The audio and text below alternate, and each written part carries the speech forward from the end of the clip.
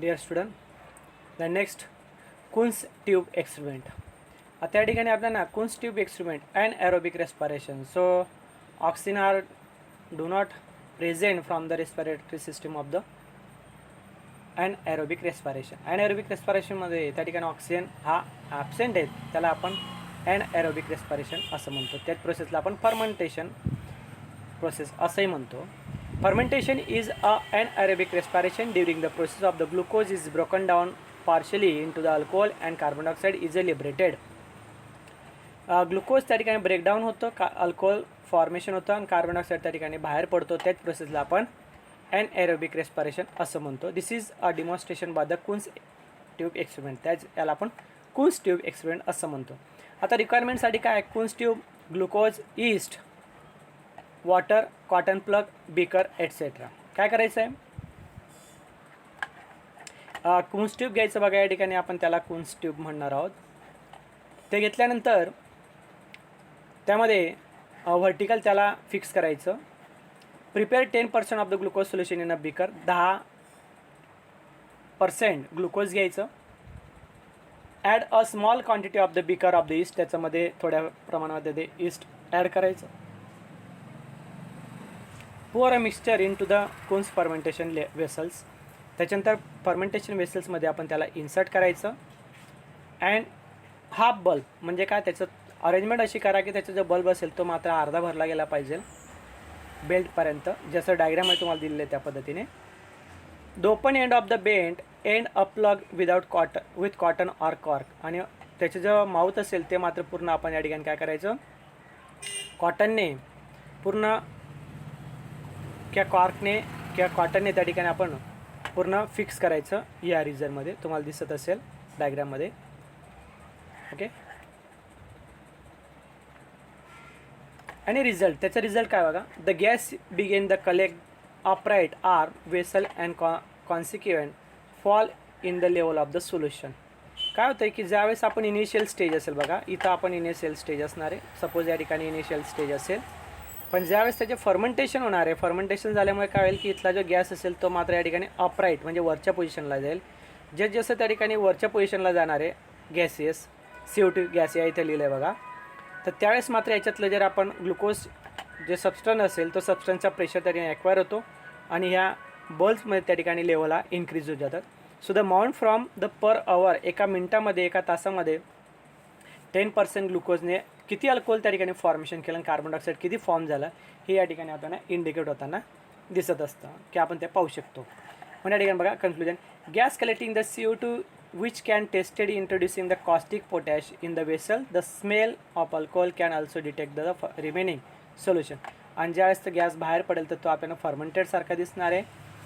Smell is a alcohol can be detected in the remaining solution. ते जे remaining solution जर असेल त्याचे जे स्मेल तुम्ही घेतला तर तुम्हाला ते फर्मेंटेड झालेला किंवा दुर्गंधी असं त्या ठिकाणी वास येणार आहे.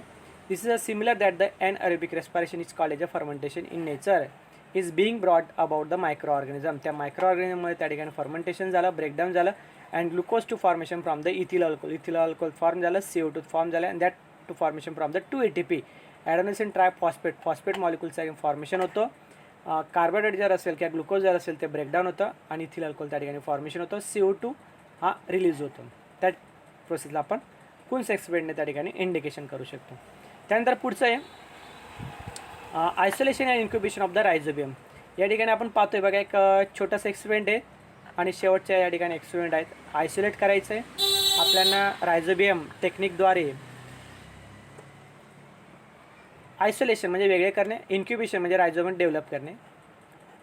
यामध्ये हेल्दी लिग्युमिनस रूट, मग तुम्ही कुठलं पण रूट त्या ठिकाणी घेऊ शकतात ज्याला लिग्युम्स येतात. फॉर एक्झाम्पल हरभरे आपण पाहिले तर त्याचे जे रूट नूडल्सचे जे गाठी येतात तेही आपण त्या ठिकाणी घेऊ शकतो. ते आपण कलेक्ट करा.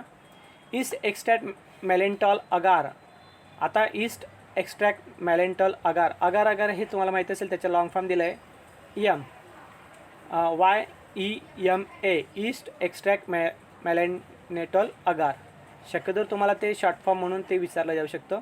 Medium of the water blade, beaker, water blade, beaker, glass rod, conical flask, cotton plug, 70% alcohol, inoculation chamber, autoclave, नंतर मग वेइंग बॅलन्स पण आपल्याला असलं पाहिजे. 0.1% of the mercury chloride HgCl2 or 3 to 5% of the hydrogen peroxide H2O2, microscope, glass slide, cover slip etcetera. Procedure आहे बघा त्याची, simple procedure आहे.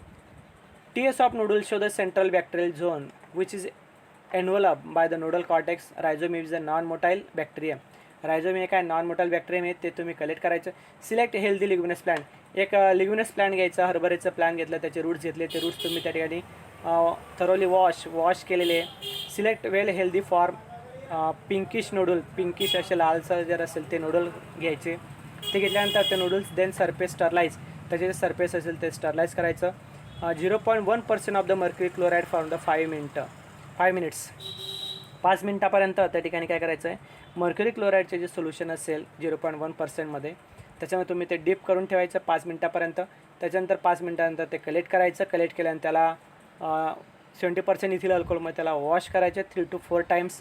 साधारणतः 3-4 वेळेस त्यांना कंटिन्यू वॉश करा. वॉश केल्यानंतर make a serial dilution of the substance so as to obtain the sparse or distinct colonies. ते वॉश केल्यानंतर त्याचे तुकडे करायचे, छोटे छोटे पीस करायचे.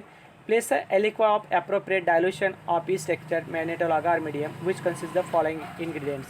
आता ईस्टसाठी कुठलं मॅनेटॉल असणार आहे, तर बघा या ठिकाणी दिलेलं आहे. एक ईस्ट मॅनेटॉल घ्यायचं 10 ग्रॅम, अगार घ्यायचं या ठिकाणी 10 ग्रॅम, पोटॅशियम हायड्रोजन फॉस्फेट जर असेल म्हणजे K2H4 0.5 gram, magnesium sulphate 0.2 gram, sodium chloride 1 gram, yeast extract 1 gram, agar 10 gram, distil water 100 grams. त्यानंतर incubate this for 1 week and then observe distinct the colonies of bacteria. हे अगार मीडियममध्ये टाकायचं, 1 आठवड्यापर्यंत ठेवायचं, 10 दिवसापर्यंत तुम्ही त्या ठिकाणी ठेवू शकता. त्याच्यानंतर तुम्हाला ते ऑब्झर्वेशन करायचं आहे. ओके, आता बघा एक छोटंसं एक्सपेरिमेंट. हे रूट्स आहे त्या ठिकाणी, हे नूडल्स आहेत त्या ठिकाणी तुम्हाला दिसत असेल. ते नूडल जर असेल, हे बघा रूट नूडल आहे, पिंकिश असे कलर असणार आहे. त्याला ब्लेडच्या साहाय्याने इथून तुम्ही कट करा. बघा या ठिकाणी ॲरो तुम्हाला दिसत असेल मूव्ह होताना थोडासा, तो पार्ट कट करायचा. हा एवढा पार्ट जर असेल तर तो मात्र या ठिकाणी तुम्ही तो कट करा. तो कट झाल्यानंतर बघा इथं दिलं आहे एक छोटंसं, अगदी तुम्हाला लवकरात लवकर कळेल.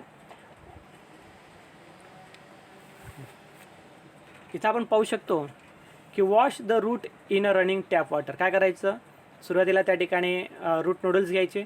रूट नूडल्स घेतल्यानंतर त्याला वॉश करायचे. वॉश केल्यानंतर select the washing the healthy root noodles. त्याच्यातले चांगल्या प्रकारचे जे रूट नूडल्स असेल असे ब्लॅकिश दिसतात आपल्याला, हे बघा या कलरमध्ये दिसतात. ते पिंकिश असणार आहे, ते कलर कट ब्लेडने त्याला कट करायचे, ते सिलेक्ट करायचे, ते या ठिकाणी वॉश करायचे. वॉश केल्यानंतर ते पेट्री प्लेट्स असेल त्या पेट्री प्लेट्समध्ये सरफेस स्टरलाइज करायचं. सरफेस स्टरलाइज करण्यासाठी काय असणार आहे, 0.1% HgCl2, 3 to 5% हायड्रोजन परऑक्साईड या पेट्री प्लेट्समध्ये टाकायचं. त्या पेट्री प्लेट्समध्ये फिलअप केल्यानंतर त्याला स्टरलाइज करायचं. ते स्टरलाइज केल्यानंतर washing the crushing of the root noodles, त्याला क्रश करायचं, बारीक त्या ठिकाणी करायचं. बारीक केल्यानंतर त्या ठिकाणी इथिल अल्कोहोल त्या ठिकाणी एंटर करायचं. इथं टाकल्यानंतर जे तुम्ही पेस्ट केलेलं असणार आहे, पीसेस छोटे केले असणार आहे, ते त्या ठिकाणी एंटर करायचे. सरफेस स्टरलाइज रूट नूडल्स हे केल्यानंतर या ठिकाणी ते जे सस्पेन्शन असेल ते मात्र परत 10% घ्यायचे. Crushing the roots noodle in a sterile water. नंतर मध्ये इथिल अल्कोहोलमध्ये केल्यानंतर 2-3 वेळेस परत ते स्टराईल वॉटरमध्ये घ्यायचं. स्टराईल वॉटरमध्ये ते घेतल्यानंतर तिथून त्याला कलेक्ट करायचे. प्रिपेअर द सिरियल डायल्युशन जर असेल ते केल्यानंतर 90% वॉटर ब्लँक या ठिकाणी 90% आणि 1 ml of the suspension into the yeast extract जर असेल, मॅनेटॉल असेल, अगार असेल ते 1%, 90% जर असेल तर म्हणजे एक गृहीत धरा त्या ठिकाणी 10 ml ऑफ द सस्पेन्शन घ्यायचं आणि 10 ml वॉटर घ्यायचं. ते वॉटर टाकल्यानंतर या ठिकाणी तुम्ही जे क्रश केलेले जर मटेरियल असेल ते त्या ठिकाणी इन्सर्ट करायचं. असं प्रत्येक पॉटमध्ये त्या ठिकाणी टाकायचं. ते 4ही पॉटमध्ये टाकल्यानंतर इन्क्युबेशन पिरियडमध्ये ठेवायचं 10 दिवसासाठी. 26 डिग्री सेंटीग्रेडपर्यंत त्याला फिक्स करायचं आणि जे कॉलनीज त्या ठिकाणी तुम्ही डेव्हलप करायचे. 10 दिवसानंतर त्या ठिकाणी तुम्ही ते ऑब्झर्व करू शकता. ज्यावेळेस त्या ठिकाणी ऑब्झर्व करणार आहे, so appearance of the large gummy colonies are formation of the rhizobium 4 to 5 days. यामध्ये तुम्हाला बघा कॉलनीज त्या ठिकाणी डेव्हलप होताना आपण त्या ठिकाणी पाहू शकतो. आता या ठिकाणी 10% घेतलेलं आहे, परत त्याचे 10 ml 90 ml वॉटर घ्यायचं, इथून परत घ्यायचं. असं जर करत गेले तर इथं मात्र आपल्याला कमी कॉलनी दिसली तर लार्ज दिसणार आहे. Transfer of the large gummy colonies on a agar slat. त्या अगार स्लॅटमध्ये तुम्हाला मोठ्या प्रमाणात त्या ठिकाणी बॅक्टेरिया ग्रो झाले दिसणार आहे, त्याला आपण रायझोबियम बॅक्टेरिया असं म्हणणार आहोत. आणि हे रायझोबियम बॅक्टेरिया असेल तर ते मात्र रूट ग्रोथ प्रमोटर्स असणार आहे किंवा नायट्रोजन फिक्सेशन करायचं काम करणारे, प्लांट्सला मात्र या ठिकाणी फूड प्रोव्हाइड करण्याचं काम करणार आहेत. म्हणून आपण त्या ठिकाणी लार्ज क्वांटिटीमध्ये आपण ते तयार करू शकतो फ्रॉम द इंडस्ट्रियल लेवलपर्यंतसुद्धा. Okay, thank you very much all student. जवळपास आपले सगळे प्रॅक्टिकल या ठिकाणी संपलेले आहेत. सगळ्यांनी मात्र जे व्हिडिओ असेल ते मात्र नीट ऐका. समजले नसेल तर मला परत विचारा. Thank you very much all student.